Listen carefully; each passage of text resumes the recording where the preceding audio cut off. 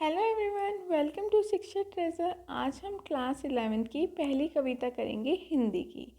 तो मैं आपको पहले तो ये कहूँगी, आप हिंदी को सरल मत समझिए, इसको भी आप जैसे और विषय को पढ़ते हैं उसी तरह पढ़िए। आपको हिंदी पढ़ने में भी उतना ही मज़ा आएगा जितना आपको कोई कॉमिक्स में या नॉवल में आता है, क्योंकि हिंदी में पद होते हैं, शब्द होते हैं, साखियाँ होती हैं जो कि अलग भाषा में लिखी होती है। मैं ये नहीं कह रही कि वो हिंदी से अलग होती है, कहने का मतलब उसमें थोड़ी खिचड़ी भाषा या ऐसी भाषाओं का प्रयोग होता है जो हिंदी से थोड़े भिन्न होती हैं और उन्हें समझने में हमें समय लगता है, लेकिन अगर हम समझ लें तो बहुत ही मज़ा आएगा आपको उनके अर्थ समझकर। उन्हें याद करने में उनके प्रश्न उत्तर आप बहुत ही आसानी से बता देंगे अगर आपको वो पद शब्द संख्या याद हो जाती हैं। तो चलिए शुरुआत करते हैं। हम पहला पद पढ़ते हैं। मैं कोशिश करूँगी कि आपको यह वीडियो देखने के बाद इसकी हर एक लाइन क्लियर हो जाए, इसका मीनिंग क्लियर हो जाए।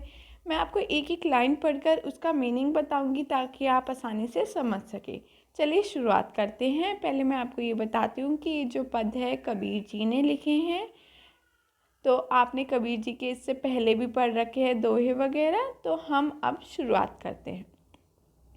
हम तो एक एक करी जाना। कबीर जी कहते हैं, मेरे अनुसार ईश्वर एक ही है, मेरी दृष्टि में ईश्वर एक ही है। दो ही कहे तिन्हीं को दो जग, जिन नाहिन पहचाना। कबीर जी कहते हैं, जो लोग स्वर्ग और नर्क की कल्पना करते हैं, ईश्वर को अनेक अनेक रूपों में मानते हैं, मेरे अनुसार तो उन्हें ईश्वर की पहचान ही नहीं है। एक ही पवन, एक ही पानी, एक ही ज्योति समाना।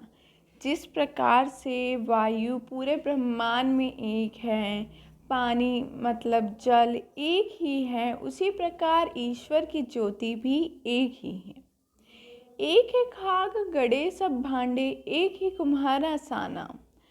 इस पंक्ति के माध्यम से कबीर जी कहते हैं, जिस प्रकार कुम्हार जो है, कुम्हार मतलब जो मिट्टी के बर्तन बनाता है, वो एक ही मिट्टी से तरह तरह के बर्तन बनाता है, उसी प्रकार ईश्वर एक ही है, लेकिन हम उसे अलग अलग नामों से जानते हैं। जैसे भाड़ी काष्ठ काटे, अग्नि न काटे कोई। इस पंक्ति का मतलब है, भाड़ी मतलब होता है जो लकड़ी को काटता है, या हम कहें खाती। जैसे खाती लकड़ी को तो काट सकता है, लेकिन लकड़ी से उत्पन्न हुई अग्नि को नहीं काट सकता, उसी प्रकार मनुष्य के शरीर से आत्मा तो अलग हो सकती है, लेकिन आत्मा परमात्मा से अलग नहीं होती। सब घटी अंतरी तू ही व्यापक, धरे सब रूप सोई। कबीर जी कहते हैं कि ईश्वर हर एक प्राणी जीव जंतु में मौजूद है, मतलब उसमें उनका वास है, निवास है। माया देखी कि जगत लुभाना, काहे रे नर घबराना। कबीर जी इस पंक्ति के माध्यम से कहते हैं कि जो मनुष्य है वो संसार की माया के जाल में फंस जाता है, और संसार की जो माया है वही मनुष्य को लुभाती है, खुश करती है, प्रसन्न करती है। निर्भय भया कछु नहीं व्यापे, कहे कबीर दीवाना। कबीर जी इस पंक्ति के माध्यम से कहते हैं कि मैं दीवाना तुमसे कहता हूँ कि तुम निडर बनो, निर्भय बनो, तो तुम्हें कुछ नहीं सताएगा। मैं आपको एक और बात बताती हूँ। कबीर जी अपने आप को दीवाना इसलिए कहते हैं क्योंकि कबीर जी के अनुसार दीवाना वह है जो डरता नहीं है, जो बाहरी आडंबरों पे विश्वास नहीं करता या बाहरी आडंबर नहीं करता, मतलब पूजा पाठ दिखावे का नहीं करता, पर वह ईश्वर को मानता है, इसलिए कबीर जी अपने आप को दीवाना कहते हैं। चलिए अब हम अपने दूसरे पद की ओर बढ़ते हैं। तो दूसरे की ओर बढ़ने से पहले मैं आपसे कहूँगी, पक्का आप लोगों को ये समझने में पढ़ने में मज़ा तो आ ही रहा होगा। संतो देखत जग बोराना। कहते हैं कबीर जी की, संत लोगों तुम देखो कि ये जगत पागल हो गया है, ये जग पागल हो गया है। बोराना का मतलब है पागल होना। साच कहो तो मारन धावे, झूठ जग पथियाना। कहते हैं कि अगर हम सच कहते हैं तो ये हमें मारने दौड़ते हैं, लेकिन अगर हम इन्हें झूठ कहते हैं तो ये बड़ी आसानी से उसे सच समझकर अपना लेते हैं। नेमी देखा धर्मी देखा, प्रात करे स्नाना।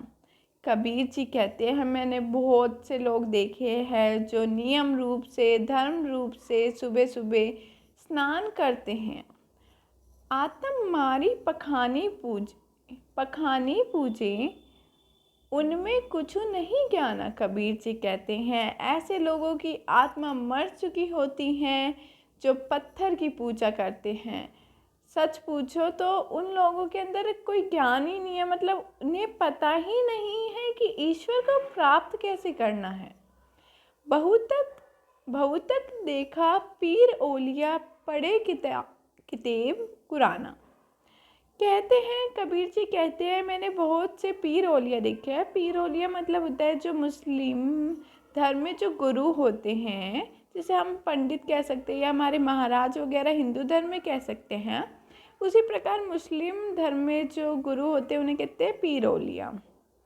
कहते हैं मैंने बहुत से पीर ओलिया देखे हैं जो कुरान की किताबें पढ़ते हैं कि मुरीद तदबीर बतावे, उनमें अहीं जो ज्ञाना।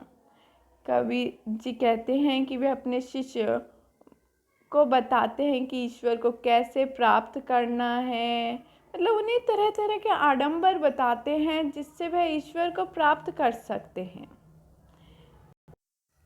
फिर आसन मारी ढीम धरी बैठे, मन में बहुत गुमाना। कहते हैं ऐसे लोग बड़े बड़े आसन पर घमंड में चूर हुए बैठे रहते हैं, उनके मन में बहुत गुमान होता है, बहुत घमंड होता है, वो अहम में चूर होते हैं। पीपर पाथर पूजन लागे, तीरथ गर्भ बुलाना। कबीर जी कहते हैं कि लोग पीपर के पत्ते पूजने लग गए हैं, तीर्थ पर जाते हैं और ऐसा महसूस करते हैं कि उन्होंने बहुत बड़ा काम किया, बहुत अच्छा काम किया, अपने ऊपर गर्व महसूस करते हैं। दरअसल वे ईश्वर को तो भूल ही चुके हैं। टोपी पहिरे माला पहिरे, छाप तिलक अनुमाना। कहते हैं कबीर जी कहते हैं कि कुछ लोग टोपी पहनते हैं, माला पहनते हैं, छाप वाले वस्त्र पहनते हैं, तिलक लगाते हैं। यहाँ पर कबीर जी हिंदू और मुस्लिम धर्म के आडंबरों को दिखाते हैं कि कैसे वो लोग टोपी और ये सब पहनकर ईश्वर को प्राप्त करने की कोशिश करते हैं। वैसे कबीर जी इन सब आडंबरों में विश्वास नहीं रखते हैं। साखी शब्दे गावत भूले, आत्म खबरी न जाना। कबीर जी कहते हैं कि लोग साखी शब्द गाना भूल गए हैं और वह अपने आप की आत्मा को भी नहीं पहचान रहे हैं। मतलब जो दरअसल जो असली रहस्य है, जो उन्हें जानना चाहिए, वे जानने की कोशिश नहीं कर रहे हैं। इन हिंदू कहे मोहि राम प्यारा, तुर्क कहे रहीमाना। हिंदू लोग कहते हैं कि राम भगवान ही सब कुछ है, हमारे लिए राम भगवान ये है वो है। इसी प्रकार तुर्क मतलब मुस्लिम लोग कहते हैं कि हमारे लिए रहीम जी ही सब कुछ है, वो जो कहते हैं वो सच है, मतलब वो उनको सब कुछ मान बैठे हैं उन पर। फिर कहते हैं आपस में दो ही लरी लरी मुँहे, मम्र न काहू जाना। कबीर जी कहते हैं ये राम और रहीम के फ़र्क में आपस में खूब लड़ते रहते हैं। मम्र मतलब सच्चाई, रहस्य। कोई भी रहस्य जानने का प्रयत्न ही नहीं करता, कोशिश ही नहीं करता। घर घर मंत्र देत फिरत है, महिमा के अभिमाना।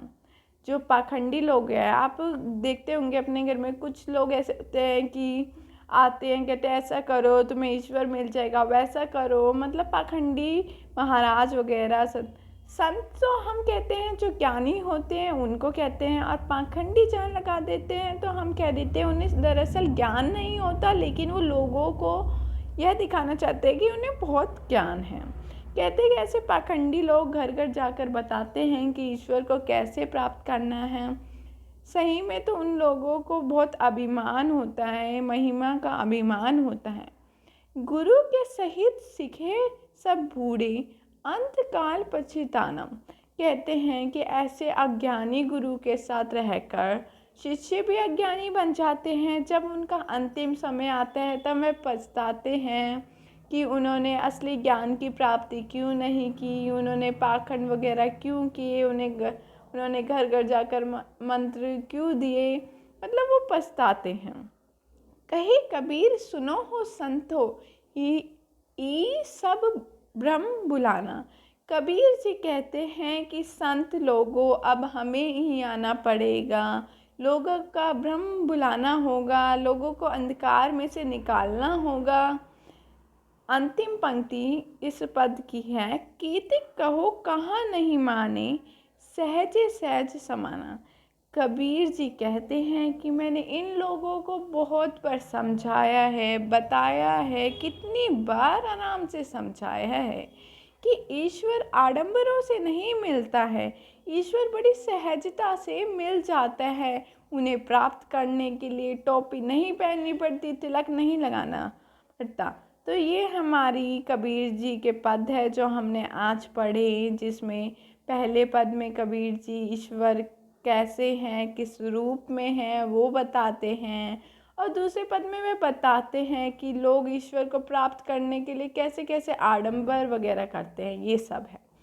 तो मैं आशा करती हूँ आपको यह वीडियो ज़रूर पसंद आई होगी और आपके लिए उपयोगी साबित होगी। अगर आपको ये वीडियो अच्छी लगती है तो इसे लाइक कीजिए, सब्सक्राइब कीजिए, अपने फ्रेंड्स के साथ, अपने दोस्तों के साथ इसे फॉरवर्ड करिए, शेयर कीजिए। और अगर आपको कोई भी शब्द, मतलब इस पद से कोई भी जानकारी चाहिए जो आपको लगता है समझ में नहीं आया, तो आप कमेंट बॉक्स में मुझे लिखकर बता सकते हैं। मैं कोशिश करूँगी, अगर ज़्यादा लोगों के अगर कोई डाउट्स होंगे तो मैं एक अलग वीडियो बनाकर उन सब डाउट को क्लियर करने की कोशिश करूँगी।